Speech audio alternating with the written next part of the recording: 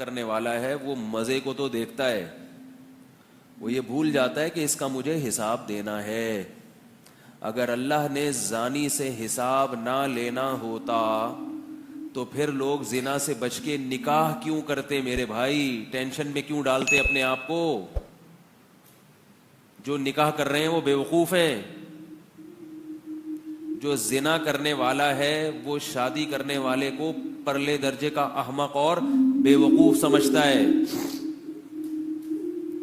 اور عجیب بات یہ ہے کہ آج کل نکاح کرنے والے کو زنا کرنے والا بھی بے وقوف سمجھ رہا ہے، زنا نہ کرنے والا بھی بے وقوف سمجھ رہا ہے۔ اچھا کام ہے نا؟ باپ بھی اس کو بے وقوف سمجھ رہا ہے اپنے بیٹے کو، ماں بھی اپنے بیٹے کو بے وقوف سمجھ رہی ہے۔ الفلاحیہ مسجد کے امام صاحب ہیں، اکیلے دنیا میں شاید رہ گئے ہیں جو کہہ رہے ہیں اچھا کام ہے، اور بھی ہیں کچھ لوگ، ورنہ نکاح کرنے والے کو سب کیا کہتے ہیں؟ پرلے درجے کا بے وقوف کے خامخواہ کی ذمہ داریاں اپنے سر لے رہا ہے۔ مگر اللہ اس کے رسول کیا کہتے ہیں؟ عبادت کر رہا ہے۔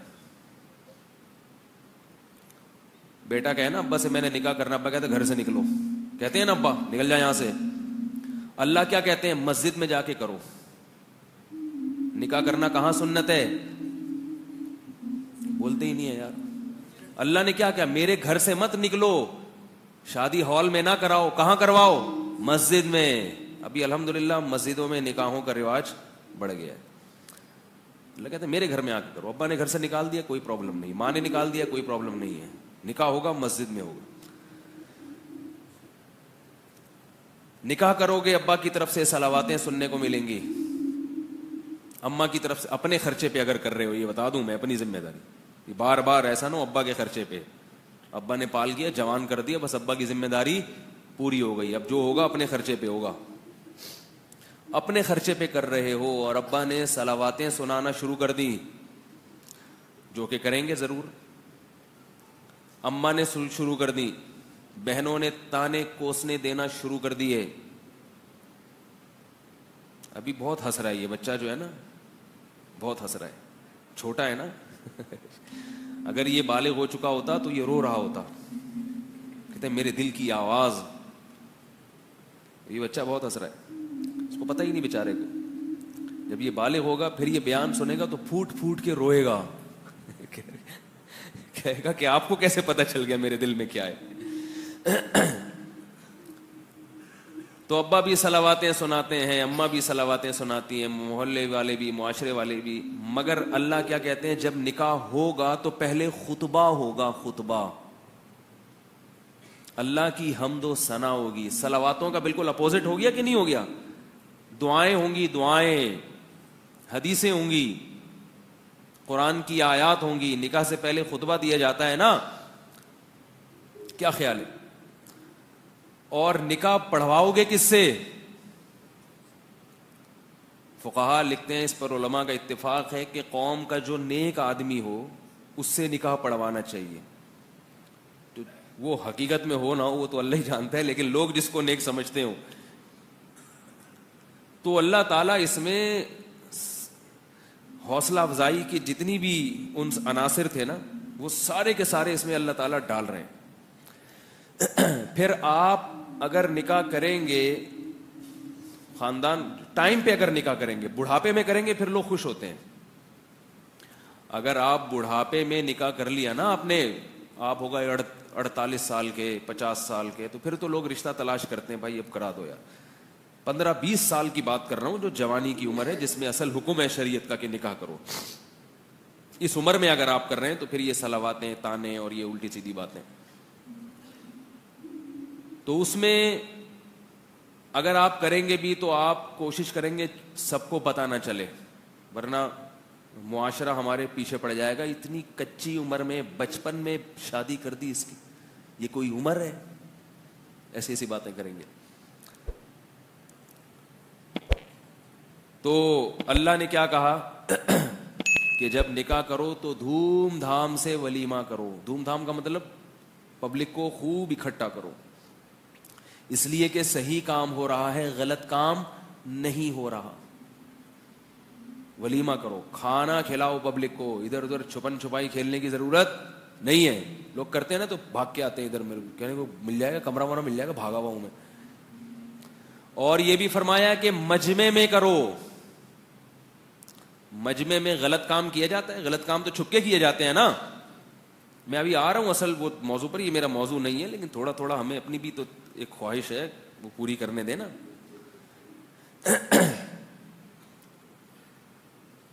اعلنوا النکاح، نبی نے فرمایا نکاح علی الاعلان کرو، علی الاعلان. غلط کام علی الاعلان ہوتا ہے؟ بولو بھائی، چھپ کے. ابا کہہ رہے ہیں اگر تو نے کیا مجھے پتہ نہیں چلنا چاہیے ورنہ تیری ٹانگیں توڑ دوں گا.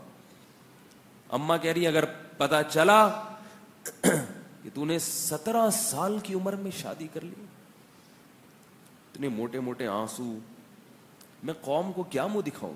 اپنے خرچے پہ کیے اس نے 17 سال پہ، اگر کوئی جاب لگ گئی ہے، کوئی وراثت میں پیسے مل گئے، اپنے خرچے کی بات کر رہا ہوں، یہ ذہن میں رکھو. تو اماں کیا تانا دیتی ہیں، ابا کیا تانا دیتے ہیں، پتہ نہیں چلنا چاہیے کسی کو. تو اللہ کیا کہتے ہیں اپنے حبیب صلی اللہ علیہ وسلم کی زبان سے، اعلنوا النکاح، نکاح علی الاعلان کرو، پبلک کو بتاؤ کہ ہو گئی ہے یا ہو رہی ہے، تاکہ پبلک میں جو کنوارے بیٹھے ہوئے ہیں ان کو بھی شرم آئے کہ یہ 17 سال کے ہو کے کر سکتا ہے اور ہم 47 کے ہو گئے. اور ایک اور عجیب جملہ کہا، وَلَوْ بِالدَّفْ، ڈھول بھی بجاؤ. ویسے ڈھول بجانا منع ہے نا، وہ ایک ڈھول بجانا منع پہ ایک واقعہ ایسا آتا ہے کہ ایک مولوی صاحب ہمیشہ ڈھول کے خلاف بیان کیا کرتے تھے کہ ڈھول بجانا منع ہے، ڈھول بجانا منع ہے. اب ان کا بچہ گم گیا تو لوگوں نے کہا بھائی ڈھول بجا کے ڈھنڈورا پیٹو پورے محلے کو. پہلے زمانے میں ڈھول بجتا تھا سب اکٹھے ہوتے تھے، بھائی کیا ہو رہا ہے تو بتاؤ میرا بچہ گم گیا. اب وہ ڈھول بجانا منع ہے، وہ تو ساری زندگی بیان یہ کرتے رہیں گے ڈھول بجانا منع ہے، تو پبلک کو اکٹھا کیسے کریں؟ تو انہوں نے کہا چلو ڈھول لے کے نکلو اور یہی اعلان کرو کہ ڈھول بجانا منع ہے. ٹھیک ہے نا؟ تو وہ ڈھول لے کے نکلتے تھے اور لوگوں سے کہتے لوگوں میرا بچہ گم گیا اور ڈھول بجانا منع ہے. لوگ کہتے تھے بھائی ڈھول کیوں بجاؤ رہے؟ کہ نہیں تو میں اس لیے تاکہ آپ کو ایک شرعی مسئلے کا علم ہو جائے، لوگ اکٹھے ہوں ان کو پتہ چلے کہ ڈھول بجانا منع ہے. خیر، تو نبی نے کیا فرمایا؟ دف بجاؤ، ڈھول. ڈھول کا مقصد یہ ہے کہ جب ڈھول بجے گا تو سارے محلے کو خبر ہو جائے گا کہ فلانے کی فلانی کے ساتھ شادی ہو گئی. تو کتنی حوصلہ افزائی ہے دیکھو. اس لیے بار بار میں کہتا ہوں کہ یہ جو اپنی چادر ہے نا، اس کی ماحول اور رسم و رواج کی چادر، اس کو اٹھا کے باہر پھینک دو، ورنہ یہ معاشرہ تمہیں کسی کام کا نہیں چھوڑے گا، یہ اچھے کام پہ اپریشیٹ نہیں کرتا، یہ ہمیشہ غلط باتوں کی ترغیب دیتا ہے. وَإِن تُطِعْ أَكْثَرَ مَنْ فِي الْأَرْضِ يُضِلُّوكَ عَنْ سَبِيلِ اللَّهِ، اللہ فرماتے ہیں اگر زمین میں اکثریت کو فالو کرو گے تو یہ تمہیں اللہ کے راستے سے ہٹا دیں گے.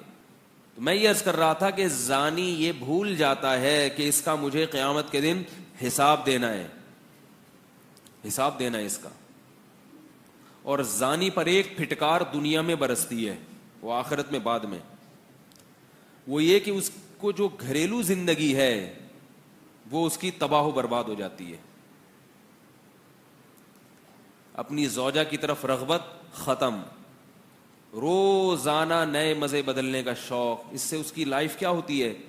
ڈسٹرب ہو جاتی ہے، ذہنی سکون خراب ہو جاتا ہے. جو حلال پر قناعت کرنے والے لوگ ہیں وہ خوش رہتے ہیں، وہ دیکھتے ہی نہیں دائیں بائیں کیا ہو رہا ہے، سکون سے زندگی گزرتی ہے ان کی. اور جو یاد رکھو جو زانی ہے نا، زانی، اس کا بڑھاپا بڑا خطرناک ہوتا ہے، بڑھاپا بڑا خطرناک ہوتا ہے. نکاح کرنے والے کا بڑھاپا آسانی سے گزر جاتا ہے بال بچوں میں. زنا کرنے والے کو بڑھاپے میں شوق وہی ہوتے ہیں جو جوانی میں تھے. یہ یاد رکھو، شوق ختم نہیں ہوتا. اگر کوئی یہ سمجھتا ہے کہ جوانی میں زنا کا شوق ہے یہ بڑھاپے میں خود بخود ختم ہو جائے گا تو یہ بہت بڑی بھول ہے. اگر بڑھاپے میں زنا کی خواہش ختم ہو جاتی تو نبی صلی اللہ علیہ وسلم کی یہ وعید نہ ہوتی کہ قیامت کے دن اللہ بوڑھے زانی کی طرف نظر اٹھا کے بھی نہیں دیکھیں گے. قوت ختم ہو جاتی ہے, طاقت ختم ہو جاتی ہے, خواہش ختم نہیں ہوتی. اور اس سے بڑا عذاب کیا ہوگا کہ ایک چیز کی خواہش ہے مگر اسے پورا کرنے کی قوت نہیں ہے. کسی چیز کا دل چاہ رہا ہے آپ کا, مگر آپ اس خواہش کو پورا کر نہیں سکتے. یہ تو 24 گھنٹے کی ٹینشن ہے یا نہیں ہے؟ کیوں نہیں سمجھ میں آ رہی بات بھائی؟ خواہش ختم نہیں ہوتی بوڑھے میں اگر اس نے جوانی میں اپنے آپ کو کنٹرول نہ کیا ہو. جس شخص نے جوانی میں بدنظری نہیں چھوڑی, آپ اس کا بڑھاپا دیکھو, بڑھاپے میں بہت خطرناک نظر باز ہوتا ہے, وہ بہت خطرناک ہوتا ہے. اور پھر اس بدنظری کی پھٹکار اس کے چہرے پہ بھی پڑتی ہے, اور توبہ کی توفیق پھر اکثر نصیب نہیں ہوتی. لوگ یہ سمجھتے ہیں کہ جوانی ہے تو بڑھاپا جب آئے گا تو خود بخود چھوٹ جائے گا. نہیں چھوٹتا, خود بخود اور پختہ ہو جاتا ہے, اور پختہ. اس لیے اس خوش فہمی میں ہرگز نہ رہیں بھائی. اگر اللہ نہ کرے کسی نے زنا کیا تو خوب گڑ گڑا کے اللہ کے سامنے توبہ کرے. وَلَا تَقْرَبُوا الزِّنَا إِنَّهُ كَانَ فَاحِشَةً وَسَاءَ سَبِيلًا. فرمایا زنا کے قریب بھی مت پھٹکو, قریب بھی مت جاؤ. کسی عورت کے ساتھ تنہائی اختیار کرنا اسلام میں حرام ہے, کسی عورت کے ساتھ. یہ نبی صلی اللہ علیہ وسلم کی شدید وعید ہے اس پر کہ کسی بھی جوان عورت کے ساتھ آپ تنہائی اختیار, جوان ہو یا عمر زیادہ ہو, تنہائی نہیں اختیار کر. یہاں بہت ہی کوئی بوڑھی ہے, نانی دادی بن گئی بالکل ہی 90-95 سال کی, ایک الگ بات. جوان عورت ہو, 50-55 سال کی عورت بھی جوان ہی ہوتی ہے. آپ اس کے ساتھ تنہائی اختیار, بولو نا بھائی, نہیں کر سکتے. لفٹ میں بعض دفعہ ایسے ہوتا ہے, کہیں بلڈنگ میں آپ جا رہے ہیں, کوئی خاتون چلی گئی لفٹ کے اندر, آپ باہر آ جائیں, آپ نہ جائیں, موقع تلاش کر رہے ہوتے ہیں. ہمارے یہاں ہوتا ہے لفٹوں میں, خاتون جا رہی ہیں, بندہ بھی چلا گیا, کہتے ہیں نظر نیچی کے کھڑے ہوئے ہیں. تو بھائی یہ جب جائز ہی نہیں ہے آپ کا اس کے ساتھ تنہائی اختیار کرنا, تو آپ کو جب شریعت اجازت ہی نہیں دے رہی تو آپ کتنے اچھے ہیں برے ہیں یہ بحث ہی جائز نہیں ہے. میں منع کرتا تھا بعض دفعہ, ہم وہاں حج پہ گئے تو وہ لفٹ میں بعض دفعہ ایسا, وہاں تو بہت ہوتا ہے ایسے, اکیلی خاتون جا رہی ہے تو کوئی بندہ چڑھ گیا تو میں منع کرتا, بھائی نہیں, باہر میرے ساتھ چلے جانا. اس سے کہتا میرے ساتھ چلے جانا. نہیں بھائی ہم کوئی حج کرنے آئے ہیں, لڑکیوں کو دیکھنے تھوڑی آئے ہیں. مجھے پتا ہے بھائی آپ حج کرنے آئے ہیں, تو یہاں اگر اللہ رسول کی نہیں مانو گے تو پھر کہاں مانو گے؟ اللہ اس کے رسول نے یہ نہیں کہا کہ جو نیک لوگ ہیں وہ اکیلے سفر کر سکتے ہیں, عورت کے ساتھ سفر نہیں, یعنی تنہائی اختیار کر سکتے ہیں. جو برے لوگ ہیں ان کو اجازت نہیں, نہ برے کو نہ نیک کو, تنہائی جائز نہیں ہے. تنہائی ہاں کسی خاتون سے بات کرنی ہو, کوئی دوسرا موجود ہو, اگر مجبوری ہو تو بے شک دوسری خاتون ہی ہو. تنہائی جو ہے, تنہائی یہ بہت خطرناک چیز ہے.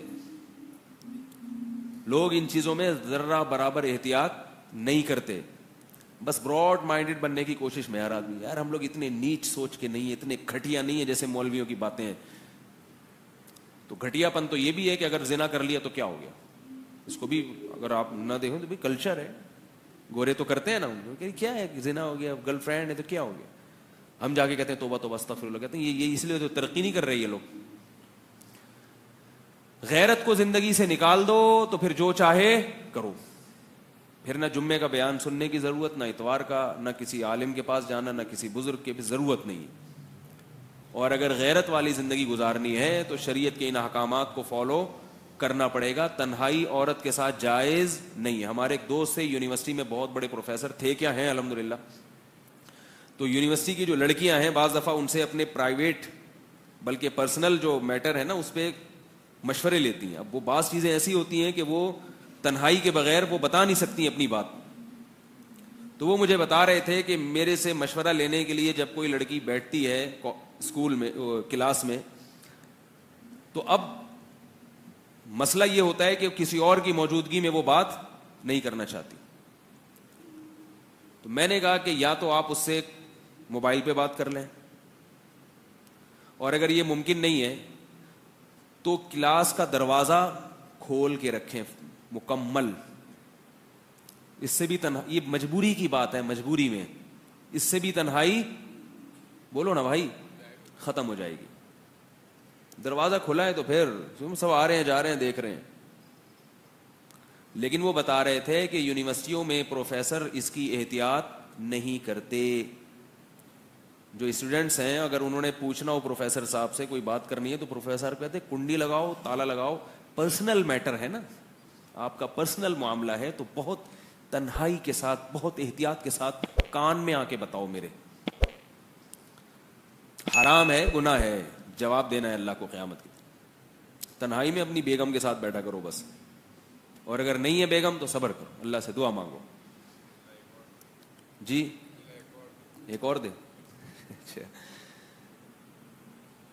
تو میں اس لیے عرض کر رہا ہوں کہ یہ جو نکاح کرنے والے لوگ ہیں یہ بیوقوف نہیں ہیں. جو زنا کرنے والا ہے وہ پرلے درجے کا احمق ہے, کیونکہ اللہ نے قرآن مجید میں خام خواہ میں نہیں کہہ دیا کہ زانی کو 100 کوڑے مارا کرو. قرآن میں کہا نا اللہ نے, کنوارا مرد یا کنواری لڑکی اگر زنا کرے تو اللہ نے کیا کہا ہے, چوک پہ کھڑا کر کے 100 کوڑے مارو, چوک پہ کھڑا کر کے. وَلَا تَأْخُذْ بِهِمَا رَأْفَةٌ فِي دِينِ اللَّهِ, اور جب اس کے کوڑے لگ رہے ہوں یا کوڑے مارے جا رہے ہوں تو اس معاملے میں تمہارے دل میں نرمی نہیں پیدا ہونی چاہیے. ہائے ہوئے نہیں کرو, ہائے بیچارے کو زور سے لگ گئے, ہائے بیچارے کو یہ ہو گیا, ہائے یہ کیا ہو گیا, ہائے یہ کیا ہو گیا, ہائے توبہ کر لیتا, ہائے توبہ کا دروازہ تو کھلا ہوا تھا. اللہ کہتے ہیں گواہوں سے اگر ثابت ہو گیا تو توبہ کرے گا, میں قبول کر لوں گا. سزا دینے میں نرمی نہیں, سزا پوری دو, پھر ہائے ہوئے کرتے رہو بیٹھ کے. پھر اس کو عار دلانا جائز نہیں ہے, پھر اس کو تانے دینا جائز نہیں ہے. جب ایک دفعہ سزا مل گئی بس اب تانے نہیں دے سکتے. اور شادی شدہ مرد اگر زنا کرے, شادی شدہ کا تو سخت حکم ہے, اس کو جب حلال ہے تو حرام کی طرف کیوں جا رہا ہے وہ, تو پھر اس کی سزا کیا ہے بتائیے؟ رجم ہے, رجم. جاوید احمد غامدی صاحب نے بہت سارے شریعت کے احکامات کی دھجیاں اڑا دی ہیں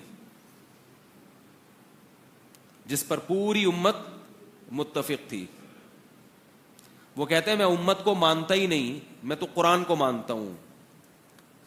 آج بہت سے لوگ اس قسم کے دعوے کرتے ہیں. وہ لوگ کہتے ہیں کہ میں یہ نہیں دیکھتا کہ فلاں نے کیا کہا تو فلاں نے کیا کہا, میں یہ دیکھتا ہوں کہ قرآن نے کیا کہا. یہ بڑے خوشنما دعوے ہیں آج کل کے جو بعض متجددین ہیں ان کے اس قسم کے بڑے خوشنما دعوے ہوتے ہیں کہ میں یہ نہیں دیکھتا ابو حنیفہ نے کیا کہا تو شافعی نے کیا کہا, میں دیکھتا ہوں قرآن کیا کہتا ہے اور حدیث کیا کہتی ہے. یعنی بزبان حال وہ یہ کہہ رہے ہوتے ہیں کہ ابو حنیفہ امام شافعی کو تو پتہ ہی نہیں تھا کہ قرآن کیا کہتا ہے حدیث کیا کہتی ہے, مجھے پتہ ہے کہ قرآن کیا کہتا ہے حدیث کی. اس کا یہی مطلب ہوا کہ نہیں ہوا؟ سمجھ میں نہیں آ رہی یار. جو یہ کہتے ہیں نا میں دیکھتا نہیں ہوں کہ فلاں کیا کہتا ہے تو فلاں کیا, مجتہدین جو بڑے بڑے امت کے محققین گزرے ہیں, اور چلو ایک سے غلطی ہوئی, دو سے غلطی ہوئی, سارے ہی غلط ہیں, سارے غلط ہیں. 15ویں صدی میں ایک آدمی وہ صحیح ہے. یہ میں عوام کو سمجھانے کے لیے کہہ رہا ہوں, ورنہ وہ جو دلائل دیتے ہیں وہ دلائل بھی غلط ہیں. ایک صاحب کا فون آیا کہ وہ جو دلائل دیتے ہیں اس کا جواب دے. میں نے کہا اس کا جواب تو ڈیٹیل میں ہے, اور یاد رکھو ہر دلیل سمجھنے کی ہر ایک میں صلاحیت نہیں ہوتی. دلیل سمجھنے کے لیے بھی کوئی پہلے آپ کے اندر وہ صلاحیت تو ہو. ایک ڈاکٹر سے آپ پوچھتے ہیں کہ یہ دوا گردے میں فائدہ کیوں پہنچائے گی, گردے کے درد میں, اب وہ آپ کو سمجھائے کہ ایکچولی اس میں یہ کیمیکل ہوتا ہے تو پھر وہ یوں کرتا ہے, تو پھر وہ یوں کرتا ہے, پھر وہ ایسے کرتا ہے, پھر ایک, تو آپ کی سمجھ میں آئے گا؟ بولے پتہ نہیں کیا کہہ رہے ہیں یار. ایک صاحب کو میں نے بتایا کہ قیاس بھی ایک شرعی حجت ہے. ہر چیز کا قرآن و حدیث میں صراحتاً ہونا ضروری نہیں ہے. خود قرآن و حدیث نے قیاس کا حکم دیا. کہہ رہے ہیں قیاس کیا ہوتا ہے؟ میں نے کہا قیاس یہ ہوتا ہے کہ منصوص علیہ حکم کو منصوص کی طرف پھیرنا علت مشترکہ کی وجہ سے, بنیاد. کہہ رہے ہیں یہ کیا ہوتا ہے؟ میں نے کہا منصوص علیہ دیکھو جیسے کوئی حدیث ہے صریح, وہ تو منصوص ہے, اور ایک غیر منصوص ہے کوئی ہے نہیں, تو ان دونوں میں جو چیز مشترک ہوگی اس کو علت کہا جاتا ہے. اس علت کی وجہ سے اس حکم کو یہاں لے آنا. کہہ رہے پتہ نہیں کس قسم کی باتیں کر رہے ہیں. تو بھائی جب نہیں آتا تو نکلو نا یہاں سے, نکلو بدلی گلی سے, یا مدرسے میں بیٹھ کے پورا پڑھ لو. نہیں پڑھتے تو جو پڑھا لکھا ہے اس کو فالو کر لو. دو ہی طبقے ہیں امت میں، جن کو آتا ہے اور جن کو نہیں آتا. جن کو آتا ہے وہ ڈائریکٹ قرآن و حدیث پہ چلیں، جن کو نہیں آتا تو ان کے پیچھے چلنے جن کو آتا ہے. بار بار ایک سوال میں اور ایک دلیل دہراتا ہوں. اکثر لوگ یہ کہتے ہیں کہ قرآن جو ہے نا، آج کل یہ نعرہ بہت لگا، یہ واقعہ رہ نہ جائے، یہ غار والا. بہت لوگ یہ دعویٰ کرتے ہیں کہ قرآن اور حدیث کو ڈائریکٹ خود سمجھو، کسی سے پوچھنے کی ضرورت نہیں ہے. آج کل میرے فیس بک پہ نا مسائل جا رہے ہیں، میں جواب دیتا ہوں تو اس میں دلیل نہیں دیتا جواب کی. کسی نے پوچھا کہ مجھ سے سوال پوچھا تھا ٹیلی گرام پہ کہ اگر بیوی کو یاد طلاقن کہہ کے پکارا، طلاقن، تو کیا ہوگا؟ میں نے جواب لکھ دیا ایک طلاق ہو جائے گی. طلاقن کا مطلب طلاق والی. اب اس میں ظاہر ہے کچھ تفصیل بھی ہے اور دلائل بھی ہیں. تو اب اگر ہم ایک ایک مسئلے کے دلائل لکھ کے بیٹھنا شروع کر دیں تو ایک سال میں ایک ہی مسئلہ بیان ہوگا. ایک سال میں کتنے مسئلے بیان ہوں گے؟ ایک. تو جواب لکھتے ہیں بس، دلائل نہیں لکھتے. ڈاکٹر کے پاس اگر آپ چلے جاؤ نا اور اس سے بولو کہ جو نسخہ مجھے لکھ کے دیں گے آپ میری بیماری کا، تو اس کے دلائل اور کتاب کے حوالے بھی ہونے چاہیے. لوگ کہتے ہیں ڈاکٹر ذاکر نائک بھی تو حوالے دے دیتے ہیں. ڈاکٹر ذاکر نائک سے چند مخصوص قسم کے سوالات پوچھے جاتے ہیں. آپ ڈاکٹر ذاکر نائک سے ذرا یہ پوچھ کے دیکھیں کہ ابا کا انتقال 1980 میں ہوا تھا،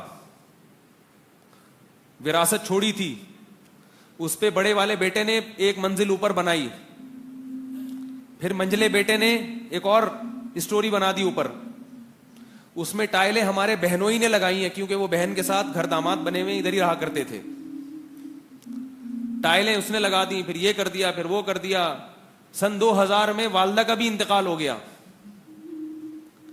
پھر اب 2017 میں وراثت تقسیم کر رہے ہیں. مفتی صاحب اس کا جواب دیں. اب یہ ڈاکٹر ذاکر نائک سے آپ پوچھیں، پھر میں دیکھتا ہوں وہ کیسے کہتے ہیں چیپٹر نمبر 3 اور آیت نمبر فلاں. میں ڈاکٹر ذاکر نائک کے مخالف نہیں ہوں، ان کا بہت احترام کرتا ہوں، اللہ ان سے بہت کام لے رہا ہے. مطلب یہ کہ لوگ ہمیں یہ تانا دیتے ہیں کہ حوالہ کہاں ہے اس کا. ارے بھائی، تو ڈاکٹر ذاکر نائک اگر مفتی ہوتے پھر ان سے مسائل پوچھتے، پھر حوالے دیتے، اور اگر دیتے حوالہ تو ایک پروگرام میں ایک مسئلے کا جواب ہوتا. اور اس حوالے پر جو اعتراضات اٹھتے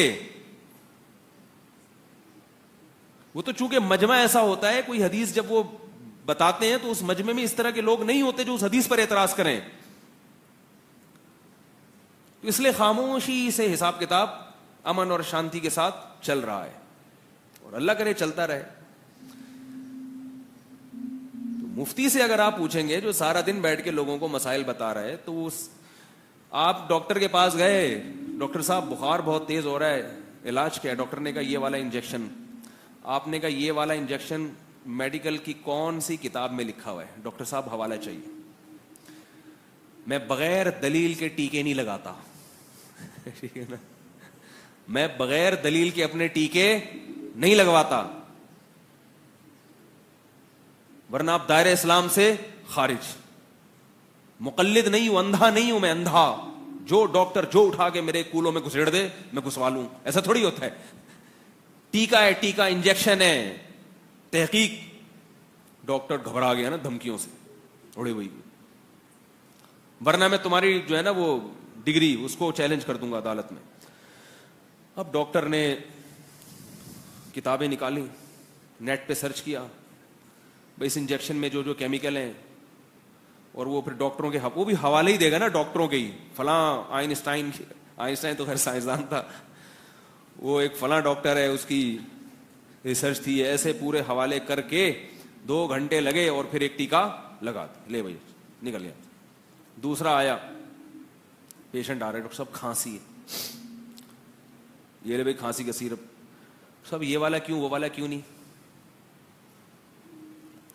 سیرپ تو سارے ہی صحیح ہیں، یہ والا کیوں دیا، وہ والا کیوں نہیں دیا؟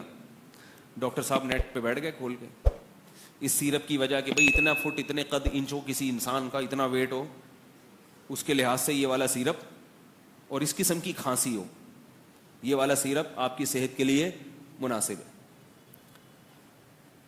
تو اس نے کہا کہ پھر بہرحال چلا گیا وہ. تیسرا آیا، ڈاکٹر صاحب نے کہا کہ بھائی آپ بخار ہے تیز، پیناڈول. اس نے کہا ڈاکٹر صاحب پونسٹون وہ کیا ہے؟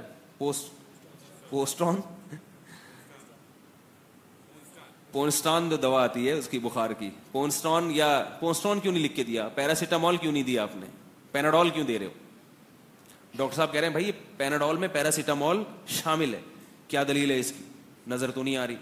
حوالے، ڈاکٹر کہے گا میں کلینک بند کر کے جا رہا ہوں، سارا دن میں مکھیاں مارنے کے علاوہ کچھ بھی حاصل نہیں ہو رہا. لائن لگی ہوئی ہے پیشنٹس کی لائن لگی ہوئی ہے، اور 3 گھنٹے میں صرف 3 مریض دیکھ چکا ہوں. اور جو دماغ استعمال ہوا ہے حوالے تلاش کرنے میں، وہ ایک ٹینشن الگ.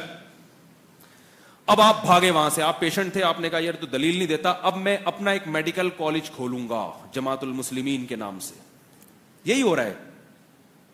میں ایک نیا فرقہ بناؤں گا میڈیکل سائنس میں جو دلیل سے دوائیں دیا کرے گا. جو دوائیں کس سے دے گا؟ جب بھی دے گا تو دلیل سے دے گا، کیونکہ یہ سارے ڈاکٹر لوگوں کو اندھا مقلد بنا رہے ہیں. پھر وہ جماعت المسلمین کے نام سے ایک میڈیکل کالج کھولے گا، پھر اس کا پارٹ 1 بنے گا، پھر اس کا پارٹ 2 بنے گا، پھر وہ ٹکڑوں میں تبدیل ہوتے چلے جائیں گے. ڈرامے بازی کے علاوہ کچھ بھی نہیں ہے جو صدیوں سے. آپ لوگ کہتے ہیں نا غلط علماء بھی تو ہوتے ہیں، تو بھائی صحیح کو پہچان لو. صحیح بھی تو ہوتے ہیں اگر غلط ہوتے ہیں. تو جیسے صحیح اور غلط ڈاکٹر میں پہچان کرنے کے لیے دماغ لڑاتے ہو، تو ایسے ہی صحیح عالم میں اور جاہل عالم میں یا باطل عالم میں، اس میں پہچان کرنے کے لیے تھوڑا سا دماغ لڑا لیا کرو، اور اندازہ ہو جاتا ہے انسان کو. پھر ان کی تقلید ہی کرنی ہے، ان کی پیروی کرنی ہے. واٹس ایپ پہ ایک صاحب نے مجھے کہا کہ سعودی عرب کے جو شیخ بن باز رحمہ اللہ تعالیٰ تھے، مفتی اعظم تھے، وہ کسی کی تقلید نہیں کرتے تھے. وہ فقہ حنبلی کو فالو تو کرتے تھے، مگر وہ کہتے تھے کہ میں امام احمد کی تقلید نہیں کرتا، میں صرف قرآن و سنت کو مانتا ہوں، اس کے حساب سے فتویٰ دیتا ہوں میں. تو وہ واٹس ایپ میں جنہوں نے مجھے میسج بھیجا، ان کا نظریہ یہ تھا کہ دیکھو ان کا مذہب صحیح ہے، اور ہمارے بارے میں کہا کہ آپ لوگ تو امام ابو حنیفہ کو فالو کرتے ہو. سوال سمجھ میں آیا؟ یعنی یہاں کے علماء تو امام ابو حنیفہ کو فالو کر رہے ہیں، اور سعودیہ کے جو مفتی اعظم ہیں وہ کسی کو فالو نہیں کر رہے. وہ کس کو فالو کر رہے ہیں؟ قرآن و سنت کو. وہ دلیل کو فالو کر کے فتویٰ دیتے ہیں. اب جواب سمجھو، سنو میرا، اللہ کرے جواب سمجھ میں آ جائے. جواب ہی سمجھ میں آیا تو قرآن و سنت کہاں سے سمجھ میں آئے گا آپ لوگوں کے؟ میں نے کہا کہ شیخ بن باز قابل احترام تھے ہمارے لیے، وہ تو قرآن و سنت کو فالو کر کے جب فتویٰ دیتے ہیں تو آپ اس فتوے کو فالو کرتے ہو کہ نہیں کرتے؟ یا آپ پھر ڈائریکٹ قرآن و سنت ہی کو فالو کرتے ہو؟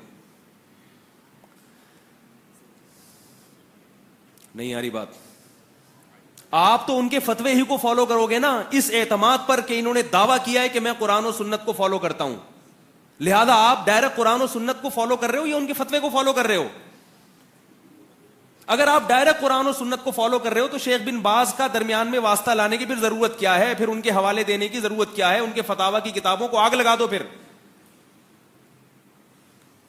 اور اگر آپ بن باز کو اس لیے فالو کر رہے ہو کہ ان کا یہ دعویٰ ہے کہ میں صرف قرآن و سنت کو فالو کرتا ہوں، تو خدا کی قسم یہ دعویٰ امام احمد ابن حنبل نے 1000 دفعہ کیا ہوگا کہ میں صرف قرآن و سنت کو فالو کرتا ہوں. تو پھر امام احمد ابن حنبل کے فتوے کو فالو کرنا یہ بن باز کے فتوے کو فالو کرنے سے زیادہ اہم ہے. کیوں؟ امام احمد ابن حنبل 4 اماموں میں سے ایک امام ہیں جن پر پوری امت مسلمہ نے اعتماد کیا ہے. شیخ بن باز یقیناً میرے لیے قابل احترام ہیں، قابل اعتماد ہیں، مگر پوری امت مسلمہ کے لیے قابل اعتماد نہیں ہے. ان کے بہت سے فتاوی پر امت کی اکثریت نے اعتراض کیا کہ یہ غلط ہیں، جس میں 3 طلاق کا مسئلہ بھی ہے. تو یہ عجیب بات ہے کہ بن باز کی تقلید کرو تو اس کو اتباع کا نام دے دو، امام احمد بن حنبل کی تقلید ہو تو اس کو جہالت کا نام دے دو اور شرک کا نام دے دو. کوئی گل تو نہیں نہ ہوئی پائن؟ کوئی پنجابی بیٹھے ہوتے تو اس وقت کیا کہتے؟ کوئی گل تو نہیں نہ ہوئی. نہیں یار انہیں رہنے دیں، ایسی ٹھیک ہے، جیسے چل رہے ہیں نا ویسے چلتے رہیں. اٹھا کر پھینک دو باہر گلی میں، نئی تہذیب کے انڈے ہیں گندے. ہمارا دین یتیم نہیں ہے کہ آج کوئی 15ویں صدی میں بیٹھ کے قرآن و حدیث ہمیں سمجھا رہا ہو. یہ تحقیقات چلی آ رہی ہیں، اور جتنا پیچھے جائیں گے، جتنا اسلاف کو فالو کریں گے، اتنا قرآن و سنت کے قریب ہو جائیں گے. اور جتنا بعد والے لوگوں کو فالو کریں گے, نام قرآن و سنت کا ہوگا مگر قرآن و سنت سے اتنا ہی دور ہٹتے چلے جائیں گے.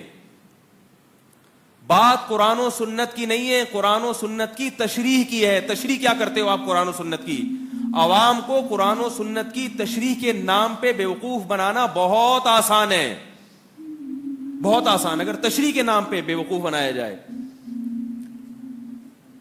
تو ہر آدمی نے قرآن و سنت کا لیبل لگایا ہوا ہے اور لوگوں کو اسلاف سے بدگمان بھی کر رہا ہے, اور کہتا اپنے آپ کو کیا ہے کہ میں صرف اسلاف کو فالو کرتا ہوں, میں بعد والوں کو فالو نہیں کرتا. یعنی بعد والے کسی اور کو فالو کیا کرتے تھے. یہ بات یاد رکھیں, یہ امت یتیم نہیں ہے کہ یہ پورا ایک سلسلہ ہمارا, ایک سیکنڈ کے لیے بھی امت کبھی گمراہی پہ جمع نہیں ہوئی ہے, کیونکہ محمد صلی اللہ علیہ وسلم آخری نبی ہیں. آپ کے بعد اللہ نے علماء کو انبیاء کا وارث بنایا ہے, اور آپ کے بعد نہ کوئی نبی آئے گا نہ کوئی مذہب آئے گا. لہذا ہر دور میں اس مذہب کی حفاظت اللہ تعالیٰ کرتے رہے.